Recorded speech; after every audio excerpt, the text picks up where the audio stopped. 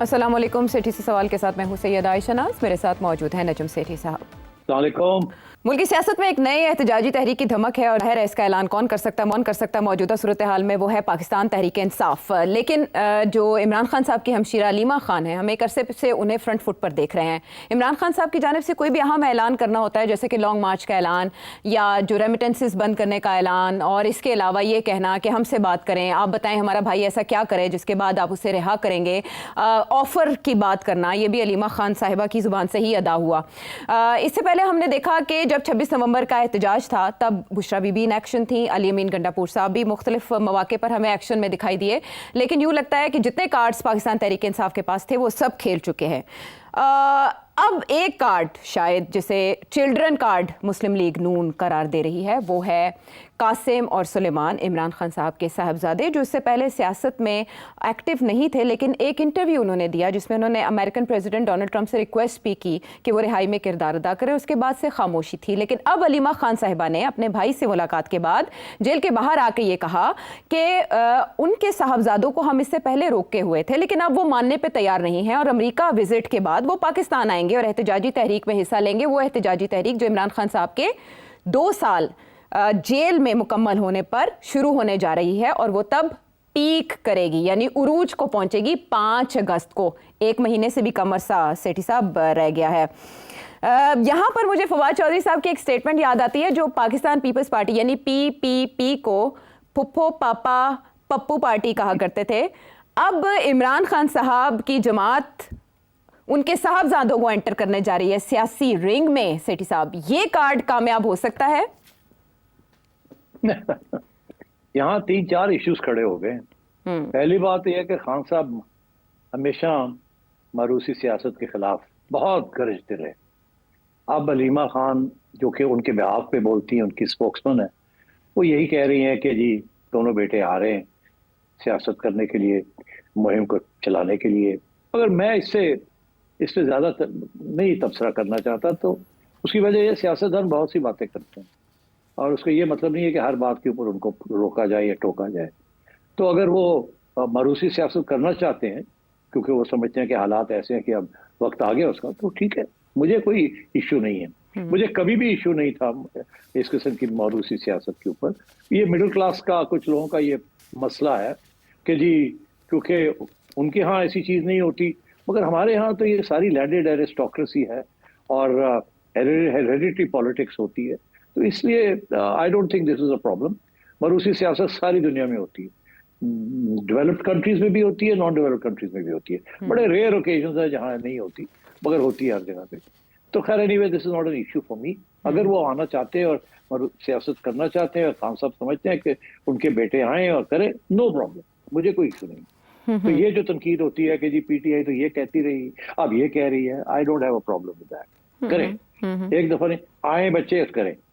दूसरी बात यह है कि क्या वो आएंगे और या नहीं आएंगे, क्या वो चाहेंगे कि इस किस्म की सियासत करना या नहीं, और ये जो अलीमा खान साहिबा ने जो बात की है इसमें ये दुरुस्त है या नहीं, ये फेक न्यूज़ है या जान के ये बात कराई जा रही है, ये क्यों, ये क्या है, इसके पीछे हकीकत क्या है? अब देखिए, हकीकत तो मुझे अनफॉर्चुनेटली नहीं पता, मगर मैं स्पेकुलेट जरूर कर सकता हूँ, मैं इंटेलिजेंट गेस कर सकता हूँ, जो कि आप भी कर सकते हैं। मैं थोड़ा सा लेआउट कर देता हूँ। पहली बात तो ये है कि मैं समझता हूँ जमाइमा कभी नहीं चाहेगी कि उसके बच्चे पाकिस्तान की सियासत के अंदर इन्वॉल्व हो जाएं। ये पहले दिन से उसका मौक़िफ़ ये रहा है और उससे कोई तब्दीली मुझे नजर नहीं आ रही। पहली बात ये, अगर उसमें कोई तब्दीली हो तो जमाइमा भी खुद कहे कि मेरे बच्चे जाना चाह रहे हैं और वो पॉलिटिक्स में हिस्सा लेना चाह रहे हैं और अपने वालिद के लिए। मगर उसने ऐसी बात नहीं कही, उसने तो कुछ और किस्म की बात अपनी ट्वीट में की कि धमकियां दे रहे हैं कि ये एटसेट्रा एटसेट्रा। तो वो कह सकती थी कि वो उनका हक है जाने का और वो जाएंगे और वो हिस्सा लेंगे, मगर उसने ऐसी बात नहीं की। तो पहली बात तो ये। दूसरी बात ये है कि जो लोग ये बात कह रहे हैं कि जी वो आएंगे तो उनको गिरफ्तार कर लिया जाएगा। अब राणा साहब जो है, राणा सनाउल्लाह साहब ने बड़े वाज़ेह तौर पे बड़ी इंटरेस्टिंग बात की। उन्होंने कहा जी अगर वो आते हैं तो आए, अगर वो सियासत में हिस्सा लेते हैं तो उसी किस्म का रवैया इख्तियार किया जाएगा जो बाकी पीटीआई लोगों के साथ किया जाता है जब वो सियासत में हिस्सा लेते हैं, जो कि जायज़ है। मगर अगर कानून को तोड़ते हैं तो फिर कानून उनके साथ, उनके ऊपर भी लागू होगा। सियासत में हिस्सा लेना इज नॉट अ क्राइम, मगर सियासत में हिस्सा लेके कानून जो भी है उस वक्त का उसको तोड़ना या उसको वायलेट करना वो क्राइम है। लेकिन सेठ साहब माजरत, अगर वो पाकिस्तानी शहरी ना हो तब भी पाकिस्तानी सियासत में हिस्सा ले सकते हैं? देखिए, पाकिस्तानी शहरी ना हो तो सियासत में हिस्सा ले सकते हैं, मेरा तो ख्याल है नहीं ले सकते अगर वो शहरी नहीं है। और फिर मतलब वही हुआ ना कि वो आए, अगर सियासत में हिस्सा लेते हैं और कानून तोड़ते हैं तो फिर कानून लगाया जाएगा। कानून अगर ये कहता है कि वो डुअल नेशनल नहीं है, वो सिर्फ ब्रिटिश नेशनल है, तो फिर ब्रिटिश नेशनल यहाँ आके अगर पॉलिटिक्स करेंगे तो फिर उनको नहीं इजाजत दी जाएगी, उनको वापस डिपोर्ट कर दिया जाएगा। तो मतलब है कि बात वही है, सिर्फ उसका रुख ऐसे हो जाता है कि अगर तो वो ड्यूअल नेशनल नहीं है तो आके सियासत में हिस्सा लेते हैं तो स्ट्रेट अवे उनको फारग कर दिया जाएगा, वापस डिपोर्ट कर दिया जाएगा। और अगर वो ड्यूअल नेशनल है तो सियासत में हिस्सा ले, और अगर उस वक्त एहतजाज के दौरान कोई उस वक्त का कानून तोड़ते हैं तो फिर उसको फिर पकड़ा जाएगा, जैसे बाकी लोग पकड़े जाते हैं पीटीआई के। तो मेरा ख्याल है ये सिचुएशन है, और मैं समझता हूँ इस सिचुएशन में, मुझे नहीं पता, यू कैन कंफर्म दिस, कि पहले भी वो लोग जो आते रहे हैं, मीडिया की रिपोर्ट्स यही हैं कि जब वो आते रहे इमरान खान को मिलने तो वीजा लेके आते रहे। अगर वीजा लेके आते रहे तो इसका ये मतलब है ड्यूअल नेशनल नहीं है, ब्रिटिश नेशनल है और सिर्फ ब्रिटिश नेशनल है। तो अभी भी अगर ऐसी बात है और वो आना चाहते हैं तो मेरा तो मौकफ यही है कि उनको वीजा मिलना चाहिए, उनको वीजा से नहीं रोकना चाहिए, वीजा मिलना चाहिए, उन्हें आना चाहिए।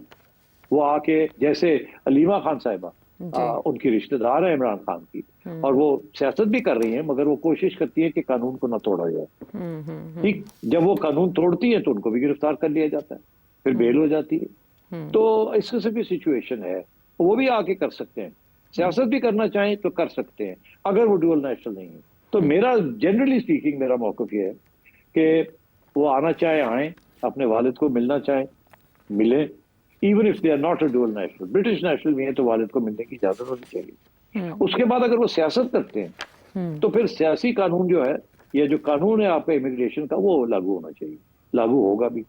तो आई थिंक मेरा ख्याल है कि जमाइमा ये नहीं चाहेगी कि वो जाएं, और अगर वो आते भी हैं तो उनको वीजा मिलना चाहिए। वो आएंगे, अगर वो वालिद साहब को जेल में जाके मिलना चाहें और उसके बाद मिलने के बाद वो वापस जाना चाहें, नो प्रॉब्लम। और अगर वो फिर एहतजाजी तहरीक के अंदर हिस्सा लेते हैं और ट्रकों के ऊपर चढ़ के और स्लोगनेयरिंग करते हैं, वो भी इजाजत है, कोई ऐसी बात नहीं है। मगर बात यह है कि क्या if they break any law, तो डुअल नेशनल के लिए तो कोई मसला नहीं है, उनके लिए मसला बन सकता है। लेकिन यहाँ पर ये भी क्वेश्चन है ना कि अगर जमाइमा खान साहिबा अपने ट्विटर में, जिसमें उन्होंने राना सनाउल्लाह साहब के बयान को शेयर किया, उसमें ये कह देती कि मेरे बेटे ज़रूर जाएंगे अपने बाप की रिहाई में किरदार अदा करने के लिए, तब ये ऐलान बड़ी अहमियत रखता था। फिर उसी मुलाकात के बाद जो ट्वीट इमरान खान साहब के अकाउंट से शेयर हुआ, उसमें उन्होंने ये शिकवा तो किया है मेरे बच्चों से मेरी बात नहीं करवाई जाती, लेकिन ये नहीं कहा कि वो आ रहे हैं और वो मेरी तहरीक को आगे बढ़ाएंगे। उनकी ज़ुबान से अगर ये बात अदा होती तो ज़्यादा मौसर और मुस्तनद होती। सेठी साहब आप सही कह रहे हैं, और क्योंकि नहीं हुई, इससे मैं ये पढ़ता हूं कि वो नहीं आएंगे।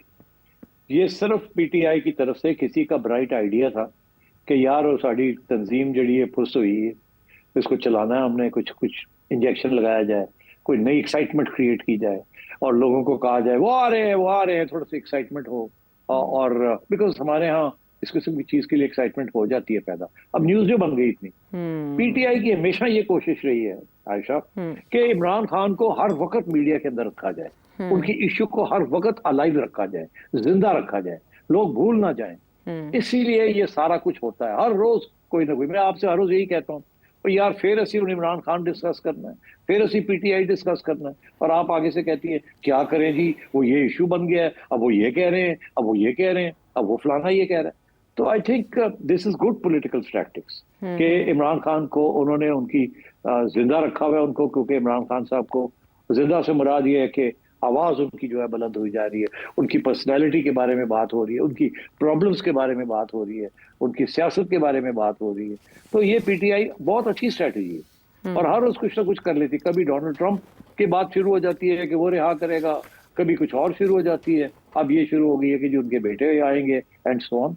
तो from their point of view good, but I think ये आएंगे नहीं, और अगर ये आते हैं तो I don't think they will take part in politics. ज्यादा से ज्यादा वो अपने वालिद को मिलना चाहेंगे और उसके बाद घर चले जाएंगे। सिर साहब वो ये रीड नहीं कर सकेंगे कि अगर उनकी बात नहीं करवाई जा रही तो वो मुलाकात करने के अहल कैसे हो जाएंगे, उनको कैसे मुलाकात करने दी जाएगी? देनी चाहिए। क्यों, व्हाट्स रॉन्ग? अपने वालिद को नहीं मिल सकते? कोर्ट के पास जाए, इजाजत ले और चले जाए। कोई कोर्ट इजाजत रोकेगा नहीं। अच्छा, ये तो तब है जब वो आ जाएंगे पाकिस्तान। सिर जाहिर है। साहब, हाँ देखिए सिर साहब, वो आए। आपने अभी तक जो एनालिसिस दिया उससे ऐसे लगता है कि वो गुरेज करेंगे और इशारे भी ऐसे हैं कि शायद वो ना आए। अलीमा खान साहिबा शायद वाटर टेस्टिंग कर रही थी इस तरह का बयान दे के, और जो मकामी क़यादत है उसको भी एक रेड अलर्ट दे रही थी कि आप भी चौकस हो जाएं कि आपकी भी इसमें नाकामी है कि अगर साहबजादों को पाकिस्तान आके किरदार अदा करना पड़ रहा है। मुझे अब ये कहिएगा, बताइएगा कि अगर फ़र्ज़ करें वो आ जाते हैं और एक तहरीक का ऐलान हो जाता है, वो उसको लीड करेंगे या सिर्फ उस मूवमेंट में शामिल होंगे? वो लैंड कहाँ करेंगे? पेशावर लैंड कर सकते हैं, सेफ है उनके लिए, केपी में रह सकते हैं। तो क्या सिचुएशन बन सकती है जिसमें राना सनाउल्लाह साहब ने ऐसा बयान दिया जिससे लगा कि हुकूमत खौफजदा है? नहीं, हुकूमत खौफजदा बिल्कुल नहीं है, कोई भी खौफजदा नहीं। मेरा ख्याल है वहां भी तजिया यही है कि ये ड्रामा है सारा, कोई नहीं आना वाना। और अगर आना भी है तो व्हाट्स द बिग डील, आने दें, आए। और मेरा ख्याल है बहुत से नून लीग के लोगों ने भी ये बात कह दी है। मैं सुन रहा था इरफान सदीकी साहब को और लोगों को, वो कह रहे हैं आए यार, व्हाट्स द प्रॉब्लम, आए, अपने वालिद को मिलना मिले, पहले भी आते रहे, अभी आके मिले। बट वही पोजीशन वही है गवर्नमेंट की, if they break any law तो द लॉ विल अप्लाई। तो मेरा ख्याल है कि कोई इससे ज्यादा बड़ी बात नहीं होगी। अच्छा, क्या वो वैसी जान इस तहरीक में डाल सकते हैं कासिम और सुलेमान? क्योंकि आपको याद होगा जब अदालत ने इमरान खान साहब का नाम लेने पे पाबंदी लगाई थी तो टॉक शोज़ में अबू कासिम, अबू सुलेमान कहा जाता था इमरान खान साहब को। तो उसके बाद जो उनका इंटरव्यू भी हुआ उसको भी बहुत शेयर किया गया वाइडली, ओवरसीज़ पाकिस्तानीज़ ने भी शेयर किया। आते वो पाकिस्तान तो जैसे हमारे यहाँ तहरीक चलाई मोहतरमा ने अपने वालिद साहब के लिए, जुल्फ़िकार अली भुट्टो साहब मरहूम के लिए, फिर मरीम नवाज साहिबा ने जो तहरीक चलाई, ऐसा रंग डाल सकेंगे, ऐसा क्रिएट कर सकेंगे एक जज्बा पीटीआई के अंदर? नो, उसकी वजह यह है, पहले तो वो इंटरेस्टेड नहीं होंगे। अगर वो इंटरेस्टेड होते तो उससे बहुत पहले आके वालिद साहब के साथ बैठ जाते और सियासत में हिस्सा लेते। उनकी वालदा ने इजाजत ही नहीं दी। फिर ये कंपेयर करना उनको विद मोहतरमा बेनज़ीर भुट्टो साहिबा या इवन विद मरीम नवाज, देखिए ना, ये तो दे होम ग्रोन पॉलिटिशियंस। इन्होंने कभी डिनाई नहीं किया, इन्होंने तो जद्दोजहद की है फॉर देयर पॉलिटिक्स। तो बच्चों ने कहाँ से जद्दोजहद की है, तो उनको क्यों आप उस किस्म की अहमियत देते हैं? और मैं समझता हूँ खान भी नहीं चाहेगा तो उनको उस किस्म की अहमियत मिले। आई थिंक ये सिर्फ एक गुड़ियाँ उड़ा रहे हैं लोग, इससे ज्यादा कोई बात नहीं है। अब मैं अगर आपको बताऊं कि मोहतरमा की क्या जद्दोजहद थी तो वो तो पूरा एक प्रोग्राम बन जाएगा। और मरियम ने भी कोई छोटी जद्दोजहद नहीं की, उसने भी जब उनके वालिद जेल में थे तो वो भी लड़ाई झगड़े वो भी जाती रही है, उन्होंने भी जेलें काटी हैं और वो पहले दिन से उन्होंने सियासत की है। तो ये तो है ना कि ऐसे करके आना इसकी वो हैसियत नहीं आप कंपेयर कर सकते। अच्छा, जिस तरह से मोहतरमा ने जेलें काटी हैं, कासिम और सुलेमान को हुकूमत पाकिस्तान गिरफ्तार कर सकती है और वही तरीका जो राना साहब बता रहे हैं कि फिर एम्बेसी लेकर जाएगी, ऐसा होगा? नहीं, गिरफ्तार क्या करना है, उठा के डिपोर्ट कर देंगे, जहाज में ही वापस भेज देंगे। नहीं, उस जहाज में नहीं, तो पहले कोई कानून तो तोड़े। आने से तो कानून नहीं टूटेगा ना, आके कोई कानून तोड़ेंगे तो केस बनेगा ना। अच्छा ठीक, वो मुझे याद आ गया जब नवाज शरीफ साहब और शहबाज शरीफ साहब को वापस भेजा गया था परवेज मुशर्रफ मरहूम ने, तो मुझे लगा शायद ऐसा ही कोई। नहीं, मेरा नहीं ख्याल ऐसा होगा। उसकी वजह यह है कि वो उनको वापस भेजा गया था बिकॉज एक अग्रीमेंट थी, एक लीगल एग्रीमेंट के तहत वो नहीं आ सकते थे। तो जब वो आए तो उनको वापस भेज दिया गया। यहाँ ऐसी कोई बात नहीं है, वहां भी कानूनी कार्रवाई हुई थी from Musharraf point of view, उस वक्त के कानून के मुताबिक। तो अगर वो आते हैं आए, मगर if they break any law then the law will apply. सिर्फ आने के साथ लॉ नहीं अप्लाई होता, क्योंकि आने के लिए तो वीजा चाहिए। अगर वीजा दे देते हैं तो मसला कोई नहीं, फिर कौन रोक सकता उनको? ठीक है। अच्छा, एक म्यूचुअल अंडरस्टैंडिंग केपी में और लैंड करें और ये सब नॉनसेंस, इसकी कोई अहमियत नहीं। क्या केपी में फेडरल गवर्नमेंट नहीं है, इमिग्रेशन अथॉरिटीज नहीं है? रोकने वाले तो इमिग्रेशन वाले होते हैं ना। ये कोई पुलिस ने तो आके उनको नहीं पकड़ जाना कि कोई टेररिस्ट आ रहे हैं तो एयरपोर्ट पे उनको सीटीडी ने आके पकड़ लिया, ऐसी तो बात नहीं है ना। तो ये बातें हैं जी, उधर लैंड करें इधर, ये हो सकता है कि वो समझे कि केपी में अगर लैंड करेंगे तो वहां ज्यादा मजमा इकट्ठा किया जा सकता है। वहां उनकी अपनी हुकूमत है, वहाँ एक हंगामी हालात क्रिएट किए जा सकते हैं, बिग शो किया जा सकता है, दैट में बी द पर्पस। मगर ये नहीं कि उसको कोई गिरफ्तार कर लेगा या उठा के ले जाएंगे, ऐसी बात नहीं। वो ठीक तो है। कानून, फेडरल कानून तो सारे पाकिस्तान में चलता है और federal agencies all over Pakistan है। ठीक है। सिर साहब, आपने कहा कि पीटीआई हुनर जानती है खबरों में रहने का, लेकिन एक के बाद एक कार्ड एग्जॉस्ट हो चुके हैं और अब इमरान खान साहब के जब 2 साल मुकम्मल होने जा रहे हैं तो तहरीक चलाना और उसमें जान डालना इस वक्त नागुज़ीर है। लेकिन दूसरी तरफ हम देख रहे हैं शाह महमूद कुरैशी ख़त लिख रहे हैं मुज़ाकरात के लिए। परवेज़ इलाही साहब जो सदर हैं पीटीआई के, बेशक वो गुमनामी में हैं, एक तरफ हुए हैं, वो भी ये कह रहे हैं कि मुफाहमत होनी चाहिए। और फिर जो पार्टी चेयरमैन है बैरिस्टर गौहर, वो भी मुज़ाकरात की बात करते हैं। लेकिन इमरान खान साहब का रीसेंट ट्वीट ये कह रहा है कि there will be no further negotiations of any kind with anyone anymore. तो अब वो जी वो खान साहब ऐसे ही करते हैं ना। खान साहब की ये पॉलिसी है कि एक तरफ लोगों को कहते हैं कि आप एस्टेब्लिशमेंट के साथ रब्ता करें, गवर्नमेंट के साथ बात करें, दूसरी तरफ वो कहते हैं मैं नहीं बात करता, तहरीक चलाने। मैंने आपसे कब कितनी दफा कहा है, टॉक टॉक फाइट फाइट जो होता है ना, ये एक सियासी शऊर का हिस्सा है। टॉक टॉक फाइट फाइट, तो एक तरफ तो वो यही इसी किस्म के बयान देंगे, अगर नहीं देते तो कमजोरी नजर आती है कि लो जी बिल्कुल कमजोर हो गए हैं और जी नेगोशिएशंस पे आ गए हैं और ये अब बेचारे they running around trying to negotiate. तो वो धमकी रखनी पड़ती है ना एहतजाज की। तो वो आई थिंक दैट्स व्हाट्स हैपनिंग। मगर प्रॉब्लम सबसे ज्यादा ये है कि एस्टेब्लिशमेंट बात करने के लिए तैयार नहीं खान साहब, और इस उनका तरह ये से प्रॉब्लम है, दबाव में आएगी, उनका ये ख्याल है। उनका ये ख्याल है कि एहतजाज के साथ दबाव में आ जाएगी। दबाव में नहीं आती वो। उन्होंने, आपने देखा किस किस्म के उन्होंने सूरत हाल को निपटा पहले, अब तो उससे बहुत कम है उस किस्म की सीरियसनेस। अभी तो और इश्यूज हैं एस्टैब्लिशमेंट के लिए। आई थिंक वो समझते हैं, एस्टैब्लिशमेंट ये समझती है कि उन्होंने पीटीआई को कंट्रोल कर लिया, डिविजन्स क्रिएट हो गई हैं, लीडरशिप लड़ाई झगड़े कर रही है और खान साहब के जो लीगल इश्यूज हैं वो मसले हल नहीं हो रहे, तो स्टिच अप कर लिया सब कुछ। अब ये कब होगा, कैसे होगा, वी डोंट नो। पाकिस्तान में बहुत सी चीजें हो जाती हैं, ऐसी चीजें हो जाती हैं जिसकी तवक्को भी नहीं की जा सकती, वो और बात है। बट फौरी तौर पे ये बच्चों का आना या ये सारा जो नया जो ड्रामा शुरू है, इसकी कोई खास अहमियत मुझे नजर नहीं आती। ओके लेकिन एक और चीज़ इसी ट्वीट में वो मेंशन कर रहे हैं कि लेट मी बी क्लियर कि अगर कोई अहदेदार पीटीआई का इस तहरीक का वजन नहीं उठा सकता तो वो अभी से अलग हो जाए। ये इशारा किसकी तरफ है सेठी साहब? अब छोड़े, मैं नाम तो नहीं देता, मगर सबको पता है कि इस वक्त इल्जाम कौन किस पे लगा रहा है। बहुत से इल्जाम लग रहे हैं सीनियर लीडर्स के ऊपर कि ये डबल गेम खेल रहे हैं। एक तरफ इमरान खान साहब को की बात करते हैं, दूसरी तरफ एस्टेब्लिशमेंट की बात करते हैं। एक तरफ गो बिटवीन एक्ट करते हैं, दूसरी तरफ नहीं करते। अब नाम लिखा, मैं तो उस गेम में नहीं हूँ कि मैं इल्जाम लगा दूं कि ये डबल गेम खेल रहा है, वो डबल गेम खेल रहा है। खान साहब को सब पता है और जो लोग ये कर भी रहे हैं उनको भी पता है, मगर क्योंकि नाम वाम नहीं लिए जाते, खान साहब नाम नहीं लेते, या तो खान साहब निकाल देना। ये क्या बात हुई कि मुझे पता है कौन नहीं है? ये कोई बात नहीं है ना यार। या अगर आपको पता है तो निकाले, नहीं पता तो ये बात करने की क्या जरूरत है? और अगर नहीं पता तो बड़ी हैरानगी की बात है कि आप किस किस्म के लीडर हैं कि आपको पता ही नहीं है कि कौन क्या कर रहा है।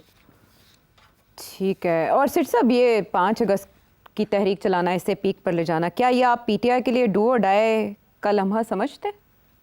नहीं, कोई डू और डाई नहीं, कुछ भी नहीं। कंटिन्यू रहेगा ऐसे ही ना, ये डेटें आती जाएंगी, कुछ छोटी मोटी ठक ठुक होगी, कुछ नथिंग मोर। टॉक फाइट चलता रहेगा, लेकिन हलचल जरूर मचा दी है। ना टॉक हो रही है, ना टॉक हो रही है, ना फाइट हो रही है, मगर लगेगा ऐसे ही। अब ये टॉक ही हो रही है ना, आप और मैं लगे हुए हैं। रेलेवेंट पीटीआई रहना चाहती है। But what is your assessment के आइडिया कासिम और सुलेमान का किसने फ्लोट किया होगा, किसका ये माइंड है? मेरा नहीं ख्याल ये पहली दफा फ्लोट हुआ है। अच्छा, ये पहले भी एक दफा मैंने याद है मुझे, ये फ्लोट होते रहते हैं फ्रॉम टाइम टू टाइम कि बच्चे क्यों नहीं आते, ये नहीं होता, वो नहीं होता। अभी मैंने देखा है बहुत से एंकर्स हैं जिन्होंने ये कहा कि जी अगर ऐसी बात है तो आ जाए ना, आके करे ना। तो अब जब मुझे ये खबर आती है कि वो आ रहे हैं तो यही लोग कहते हैं कि इनको क्यों आ रहे हैं, मरूसी सियासत है, ये है वो है। इसीलिए don't pay attention to either कि आ जाएं या ना आए, ये दिस इज नॉट इररिलेवेंट। बहरहाल एनालिसिस ये कि पीटीआई खबरों में रहने का हुनर जानती है। पिछले हफ्ते नवाज शरीफ साहब जा रहे थे अडयाला और इस हफ्ते कासिम और सुलेमान के आने की खबर गर्म है, तो पाकिस्तान तहरीक इंसाफ है खबरों में। इसके अलावा सेठी साहब किसके निशाने पर हैं, ये भी बहुत अहम बात। बिलावल भुट्टो जरदारी साहब का इंटरव्यू, सब डिस्कस होगा ब्रेक के बाद।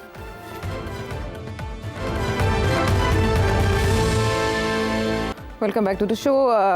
Bilawal Bhutto Zardari sahab, chairman Pakistan peoples party, उन्होंने दवायर को एक खुसूसी इंटरव्यू दिया और वो इसलिए भी अहमियत का हामिल था कि उसी प्लेटफॉर्म पे सेठी साहब भी पहले इंटरव्यू दे चुके हैं। उसकी बारीकियों पर तो बात करेंगे कि कैसा रहा ये इंटरव्यू, लेकिन उससे पहले बाइसे हैरत था मेरे लिए अपने आप को जियो की स्क्रीन पर देखना। बाद में समझ आया कुछ गौर करने पर कि आपके कुछ ऐसे क्लिप्स चलाए गए जो दिसंबर में आपने प्रेसिडेंसी के हवाले से बात की, कोई पेशन गोई की या आपने अपना एनालिसिस दिया, और उसके बाद अब आपने जो हाल ही में खबर ब्रेक की गई थी एक सीनियर सहाफ़ी की तरफ से, उसको कोट करते हुए कहा गया कि ये साजिश हो रही है या कोई अंदरूनी इख्तलाफात है दो पार्टीज़ के आपस में। इसके अलावा आपका इसराइल के हवाले से जो मैंने एनालिसिस आपसे एक क्वेश्चन किया था जिस पर आपने इस्टेब्लिशमेंट के पॉइंट ऑफ व्यू से बात की थी कि इस्टेब्लिशमेंट ये समझती है इस मामले को लेकर, प्रैग्मेटिक अप्रोच का इजहार आपने किया था और कुछ आउट ऑफ कॉन्टेक्स्ट करके उसको बना के सोशल मीडिया पर चलाकर आपका निशाना सीनियर सहाफ़ी हैं हमारे रिस्पेक्टेबल है उनकी तरफ से लिया गया। सेठी साहब, आप कुछ ऐसा कर रहे हैं या किया है जिसकी वजह से आप निशाने पे हैं? बात ये है, अब आपने छेड़ ही दिया। मैं तो इसको इग्नोर करता, बट चले, बात ये है कि मुझे नहीं इग्नोर कर रहे लोग, ये तो बड़ी अच्छी बात है ना। मैं तो किसी एंकर को नहीं डिस्कस करता अपने प्रोग्राम के अंदर, मगर बड़े एंकर्स ऐसे हैं कि वो मुझे डिस्कस करते हैं। इसका ये मतलब है मेरी बड़ी अहमियत है ना।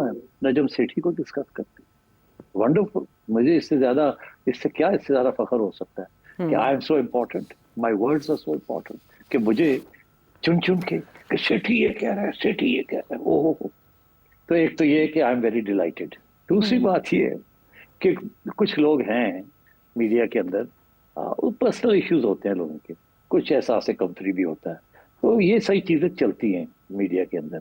आई डोंट माइंड, सारे मेरे दोस्त हैं, अल्लाह खैर, कोई ऐसी बात नहीं। तीसरी बात ये है कि ये सिर्फ मीडिया में नहीं है, ये पीटीआई वाले भी हमारे दोस्त जो हैं वो हर रोज मेरे उल्टे सीधे क्लिप्स लगा देते हैं। कभी कभी तो हमारे अपने लोग भी जो हमारे चैनल वाले हैं वो ऐसी हेडलाइंस लगा देते हैं वो क्लिप्स के ऊपर कि मैं खुद परेशान हो जाता हूँ कि यार ये क्या लिखा हुआ है, मैंने तो ये कहा ही नहीं, ये मेरी बात ही नहीं है, मगर वो क्लिप्स के ऊपर चलाने के लिए, व्यूअर्स लेने के लिए लगा देते हैं। और पीटीआई वाले तो बिल्कुल go out of the way, जब उनको कोई मेरी बात पसंद आ जाए हल्की सी भी, तो उसको बड़ा चढ़ा के कुछ और ही बना देते। और जब मेरी कोई नेगेटिव बात हो तो वो नहीं जिक्र करते, वो वैसे ही गाली गलौज शुरू हो जाती। तो मतलब ये भी मैं समझता हूँ बड़ी बड़ी जबरदस्त बात है कि I am so important, I am now being coated all over the place. इससे ज्यादा आयशा क्या हो सकता है? सो हर रोज हमें स्क्रीन पे लेके आए ताकि हमारी और भी शोहरत बढ़े। बाकी ये है कि दो बातें की गई, उसका भी अब जवाब दे देते, मुख्तसर सा जवाब दे देते हैं।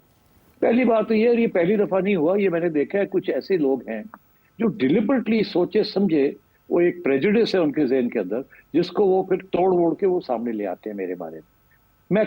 मैं ये कह रहा होता हूँ कि ये बात फलाने की सोच है, इसका ये मतलब नहीं है कि वो मेरी सोच है, मगर मैं बताता हूँ कि फलाने की ये सोच है, फलाना इस तरीके से एक्ट कर सकता है। इसका ये मतलब नहीं है कि मैं कह रहा हूँ कि वो ऐसे ही करना चाहिए उसको, और ये सोच की मैं हिमायत करता हूँ, इसका ये मतलब नहीं है। ये तो मतलब है कि हमारा तो जॉब है ना बताना कौन क्या सोच रहा है, क्या होगा क्या नहीं होगा। तो अगर मैं ये कह रहा हूँ कि वहाँ एक इस किस्म की सोच भी है कि अगर बाकी मुस्लिम ममालिक जो हैं, led by Saudi Arabia and others और टर्की वगैरह, ये सारे अगर तस्लीम कर लेते हैं एब्राहम अकॉर्ड को, तो सियासतदानों के अंदर भी ऐसी सोच है कि हाँ करना चाहिए। और बहुत से सियासतदान हैं और बहुत सी एलिमेंट्स ऑफ द एस्टेब्लिशमेंट है जो कहेंगे नहीं करना चाहिए, जैसे मीडिया के अंदर भी है। मैंने खुद सुना है कुछ मीडिया के अंदर लोग हैं जो कहते हैं कि हो जाए साडा की जाता है, और कुछ लोग हैं जो कि कहते हैं कि सवाल ही पैदा नहीं होता, ओवर आर डेड बॉडीज, ये तो ये चलता रहता है। तो अब मैंने अगर ऐसी बात कही है कि ऐसी सोच है, और उसके मैंने हवाले भी दिए कि मुशर्रफ के ज़माने में भी खुर्शीद कसूरी साहब जाके मिलाए थे, खुफिया मीटिंग की थी टर्की के अंदर मोसाद के लोगों के साथ एंड सो ऑन, और ये बात चलती है, ये कुछ छुपी हुई बात नहीं है। तो व्हाट्स द बिग डील? और वो उसको इतना बड़ा चढ़ा के मेरे बारे में, ओ जी सेठी कहता है कि जी तस्लीम का, बहरहाल लोग बेवकूफ नहीं है, लोगों को बेवकूफ बनाने की कोशिश की जाती है, मगर फिर खबर भी बनानी होती है ना, कुछ लोगों के पास खबरें भी नहीं होती। तो मेरे से बेहतर कौन है खबर बनाने के लिए, मेरे ऊपर ही सारी खबर बनती है।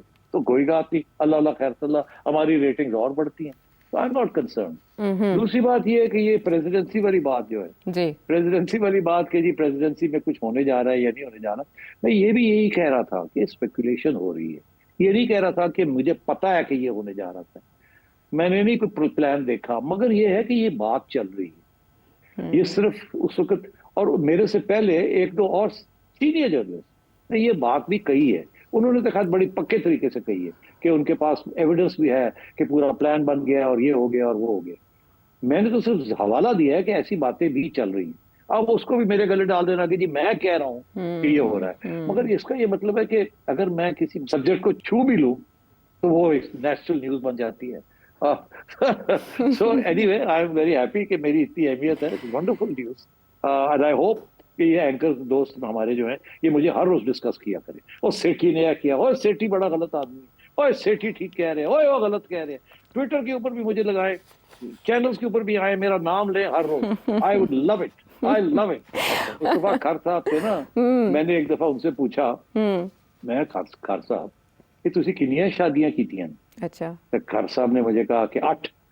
अच्छा। मैं क्या 8 शादियां कीतियां ने, तुसी हुण तुहाडी उम्र कितनी हो गई? हाँ। तो उस वक्त खर साहब वाज अबाउट लेट 70s। अच्छा। तो मैंने कहा यार, मैंने कहा और हाली और भी इरादे हैं ने, और समथिंग लाइक दैट है। अच्छा। तो खैर, तो मैंने कहा यार आपको बड़ी बड़ी बदनामी हो रही है आपकी। तो कहने लगे सेठी साहब आपको पता नहीं, सियासत के अंदर और मीडिया के अंदर भी बस नाम जिक्र आना चाहिए, हर रोज मेरा जिक्र आना चाहिए कहीं ना कहीं, इससे बेहतर कोई चीज नहीं हो सकती। मैं जिंदा रहता हूँ लोगों के दिलों में, बाकी लोग बेवकूफ नहीं है, उनको सब पता होता है क्या हो रहा है क्या नहीं। नाम आना चाहिए हर रोज। तो मैं अपने एंकर दोस्तों को कहता हूँ मेरा नाम हर रोज लें, गाली दें मुझे, मैं थैंक यू हामिद मीर साहब, थैंक यू। और इस एनालिसिस, ये सारी बातचीत से कम सेठ साहब ये तो कन्वे कर रहे हैं कि सेठ साहब अपनी ख्वाहिश को खबर नहीं बनाते बल्कि असेसमेंट देते हैं, और यही बात राना सनाउल्लाह साहब ने और हामिद मीर साहब के शो में भी सेकंड की है। जी।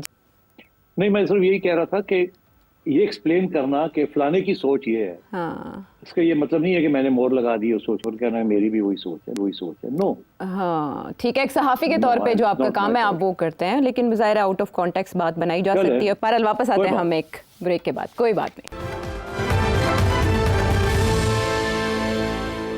शो में साथ देने का शुक्रिया। सेठ साहब, द वायर को इंटरव्यू बिलावल भुट्टो जरदारी साहब का इंटरव्यू कम और तकरार ज़्यादा लग रही थी, हाफ से ज़्यादा शो में अगर आप देखें तो मुसलसल टोका जा रहा था मेरे ख्याल में मेज़बान की जानिब से। आई डोंट नो कि उन्होंने क्यों इतना ज़्यादा बिलावल भुट्टो जरदारी साहब को प्रोवोक करने की कोशिश की। आपने भी वो इंटरव्यू देखा।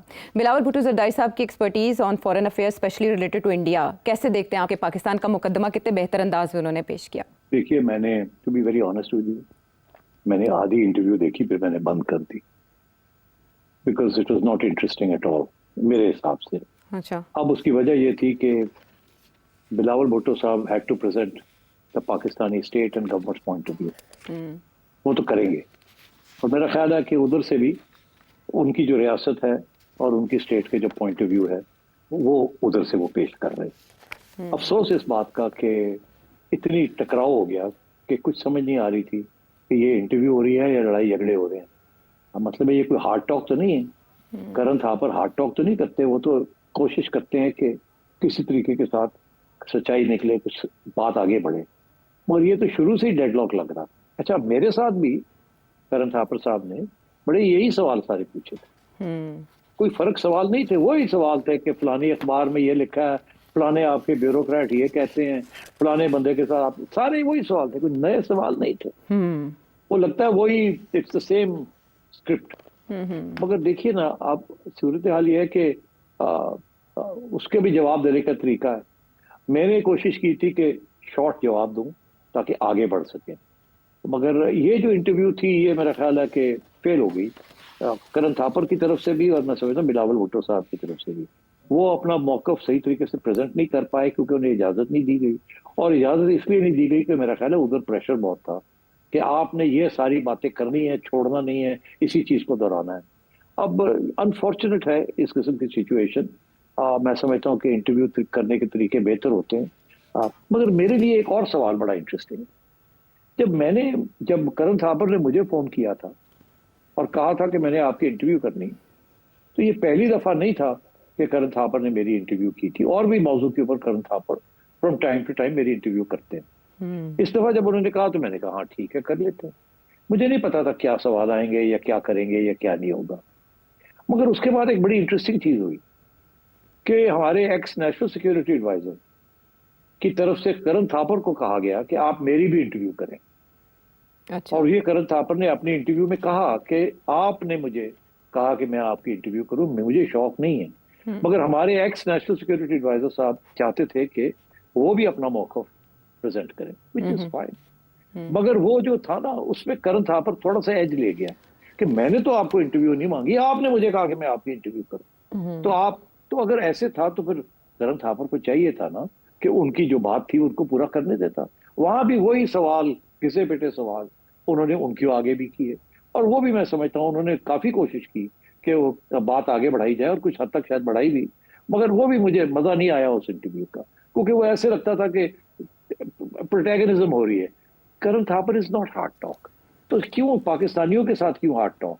बाकी सबके साथ तो हार्ड टॉक नहीं होती किसी के साथ, तो हमारे साथ क्यों हार्ड टॉक होती है? तो इसलिए एनीवे, तो मैं ये समझता हूँ कि बिलावल भुट्टो साहब, ये क्या करण थापर ने खुद कहा कि बिलावल भुट्टो साहब को अप्रोच किया कि मैंने आपकी इंटरव्यू करनी है? I don't know.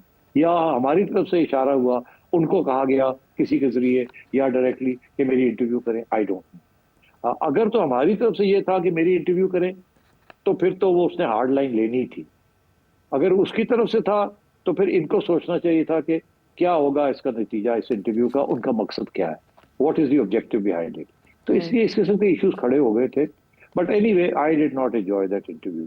I think Bilawal Bhutto साहब इज वेरी आर्टिकुलेट, बड़े कॉन्फिडेंस के साथ बात करते हैं और मुझे बड़ी खुशी है कि वो सारा वक्त स्माइल करते हैं और फ्लस्टर नहीं होते। उनको बड़ा प्रोवोक किया करण ने, मगर वो फिर भी प्रोवोक नहीं हुए उस तरीके के साथ। अब मैंने करण की इंटरव्यूज में देखा है एक दो लोग उठ के चले जाते हैं जी। मगर ऐसे नहीं हुआ। लेकिन बिलावल भुट्टो जरदारी ने धमकी दी कि मैं रोकूंगा और मैं उठ जाऊंगा। ये हमारे यहाँ भी होता है कि एक एंकर जो है वो सवाल करता है, आप जवाब दे रहे होते हैं तो वो रोक देता है या कोई और बीच में कूद जाता है साइड से। तो आप कहते हैं यार मुझे बात तो खत्म करने दो, तो वो कहता है नहीं आप मेरी बात सुने, वो कहता है मेरी बात सुने। तो ये चलता है, ये मेरी बात सुने, मेरी बात सुने, मुझे बात नहीं करनी। होता ये इंटरव्यूज के अंदर, मैं आपको बताऊं कि you should be short in your answer. जितना मर्जी लंबा सवाल हो, be short in your answer. जितना लंबा आप करेंगे आंसर, उतना आपको चांसेस होंगे वो आपको कट कर दें, और जो आप असली बात करना चाहते हैं वो गुम जाएगी बीच में। तो ये, बट एनीवे, तो मैं देख रहा था बिलावल साहब भी जब ये इंटरव्यू हो रही थी तो वो पहले कुछ ही और जगह पे चलते हैं, फिर वो आ रहे थे, वो हर दफा मैं आ रहा हूं, मैं आपके सवाल की तरफ आ रहा हूं, मैं आ रहा हूं, वो फिर बीच में पूछ जाता था कि नहीं आप मेरे सवाल का जवाब दे, फिर सवाल को वही घूम के। तो आई थिंक ये this is, you have to be very careful कि जो सवाल किया गया उसी का जवाब दें ताकि आप आगे बढ़ सके, आगे बढ़ सके। ये अगर आप उससे पहले एक प्रीएम्बल करेंगे और फिर कहेंगे अभी मुझे बोलने दे जी मैं आ रहा हूँ आपके सवाल की तरफ, फिर ये कि जी आपने 3 सवाल पूछ लिए, मैंने तो अभी दूसरे का जवाब पूरा नहीं किया, आपने मुझे तीसरा पूछ लिया, मैं पहले दूसरे का जवाब दूंगा। ऐसे नहीं होना, ऐसे नहीं होती इंटरव्यूज। बट एनीवे, ठीक है, दैट्स अनफॉर्चुनेट। आई थिंक दोनों साइड्स के कंस्ट्रेंट्स थे, लेकिन जो आपका इंटरव्यू था उसको देखा जा सकता था मिसाल के लिए। बहरहाल जो एक्सट्रैक्ट करना चाह रहे थे इससे इन्फॉर्मेशन उस तरह से एक्सट्रैक्ट हो नहीं पाई, अट्रैक्ट नहीं कर पाया ये इंटरव्यू, इन शॉर्ट हम कह सकते हैं। सिर्फ साहब, बिलावल 2 हफ्तों के लिए अमेरिका भी जा रहे हैं, क्या बिलावल भुट्टो जरदारी साहब को आने वाले दिनों में कोई रोल मिलने जा रहा है इन शॉर्ट, अगर प्रोग्राम खत्म होने से पहले आप कोई प्रेडिक्शन करें?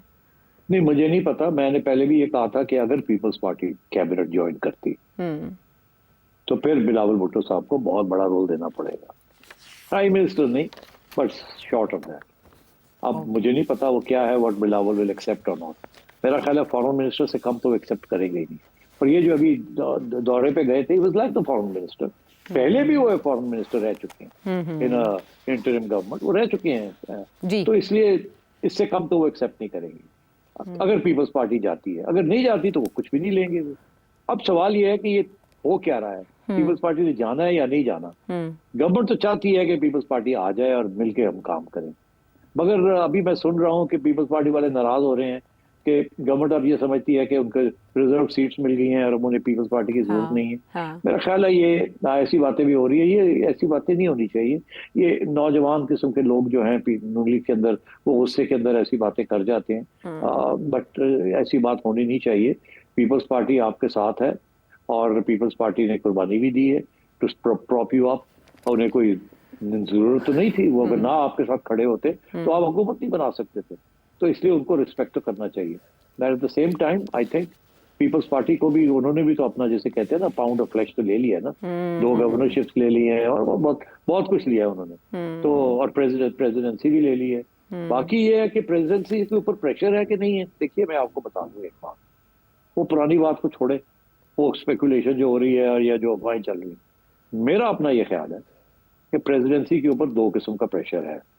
ये अब मैं अपना मौकफ दे रहा हूँ, ठीक। अच्छा। एक ये है कि कनाल वाले इशू के ऊपर उनका ये ख्याल है कि हमें, एस्टेब्लिशमेंट के लोगों का ये ख्याल है कि हमें तो प्रेसिडेंट साहब को हमने डिस्कस किया था, उन्होंने ओके कर दी थी कि ओके ठीक है, मुझे कोई इतराज। बाद में सिंधी नेशनलिस्ट खड़े हो गए और वहां उनका ये ख्याल है कि शायद इशारा किया गया कि आप खड़े हो जाए, हम तो नहीं हो सकते, फिर हम आपके साथ मिल जाएंगे, इसलिए सबोटाज कर दिया इस प्रोजेक्ट को। और वो समझते हैं कि ये पीपल्स पार्टी की लीडरशिप ने सोच समझ के किया। पहली बात, ये उनकी सोच है। अच्छा। मेरी सोच नहीं है, ये उनकी सोच है, जिसकी वजह से वो थोड़े से नाराज है प्रेसिडेंट साहब। दूसरी बात, तो एक तो कैनाल इशू है, दूसरा है कि एनएफसी अवार्ड, सबसे ज्यादा ऑपोजिशन एनएफसी अवार्ड की पीपल्स पार्टी से आ रही है। केपी से आती है थोड़ी बहुत, मगर that's not a major issue. Peoples Party 18th amendment, ये प्रेसिडेंट साहब का, आसिफ जरदारी साहब का सबसे बहुत बड़ा तोहफा है पाकिस्तान को, प्रोविंशियल ऑटोनॉमी के लिए। और उनके लिए सिंध इज वेरी इंपॉर्टेंट, तो उनकी पार्टी रह गई है ओनली इन सिंध, बाकी जगह पे वो नहीं है, डायरेक्टली इलेक्टेड नहीं है। तो अब इसलिए उनके लिए NFC award is very critical, इसलिए वो हिल नहीं रहे उसके ऊपर। और हमारे एस्टैब्लिशमेंट और हमारी आज की गवर्नमेंट वो ये समझती है कि एनएफसी अवार्ड को चेंज करने की जरूरत है, बिकॉज अब पैसे जो हैं फॉर डिफेंस और डेट पेमेंट वो नहीं मिल रहे फेडरल गवर्नमेंट को, इसलिए शेयर्स जो है वो कम करने पड़ेंगे और फेडरल गवर्नमेंट की किटी बढ़ानी पड़ेगी, बिकॉज अब डिफेंस एक्सपेंडिचर्स भी बढ़ रहे हैं, डेट पेमेंट्स भी हो रही हैं, and so on and so fourth. तो ये 2 मौकफ हैं, मगर एनएफसी अवार्ड को छेड़ना जो है ना is going to create a problem. तो ये 2 चीजों के ऊपर जरदारी साहब जो है वो डट गए और पीपल्स पार्टी डट गई है। इसलिए मेरा ख्याल है कुछ नाराजगी हो रही है कि ये पीपल्स पार्टी हमारे रास्ते में फिर गड़बड़ कर रही है। तो मैं समझता हूँ ये प्रेशर टैक्टिक्स भी होते हैं कि एक तो ये कि कैबिनेट में आ जाए तो फिर शायद वो थोड़ा नरम हो जाए, फिर उनके ऊपर प्रेशर भी डाल सकते हैं कि जी आप तो कैबिनेट में भी आ गए हैं, आपने तो खाना पीना भी ले लिया इधर से, अब हमारा सपोर्ट करें, and so on and so fourth. तो कैबिनेट में बैठ के तो नहीं ना कर सकते। अगर कैबिनेट कहती है कि जी एनएफसी अवार्ड करना है, तो चेंज करना है, तो फिर Peoples Party will have to go along with it, नहीं तो कैबिनेट में नहीं बैठ सकते। तो इस किस्म की चीजें चल रही हैं, and I think that's where some of the stories are coming from. ठीक है, लेकिन मोहसिन नकवी साहब ज़मानत दे रहे हैं सिस्टम की पायदारी की और ऐसी तमाम बातों को वो बेसलेस करार दे रहे हैं। सिस्टम की गारंटी मोहसिन नकवी साहब की तरफ से क्यों आई, ये भी मेरा आज का सवाल था, लेकिन वक्त हो गया ख़त्म, तो आइंदा के लिए उठा रखेंगे ऐसे बहुत से। मोहसिन नकवी साहब की बात पे गौर करें। ठीक है, हम वो बांध लेते हैं पल्लू से, और अगर आपका कोई सवाल इस नंबर पर भेजें। अगले प्रोग्राम तक के लिए इजाज़त दें। Thank you.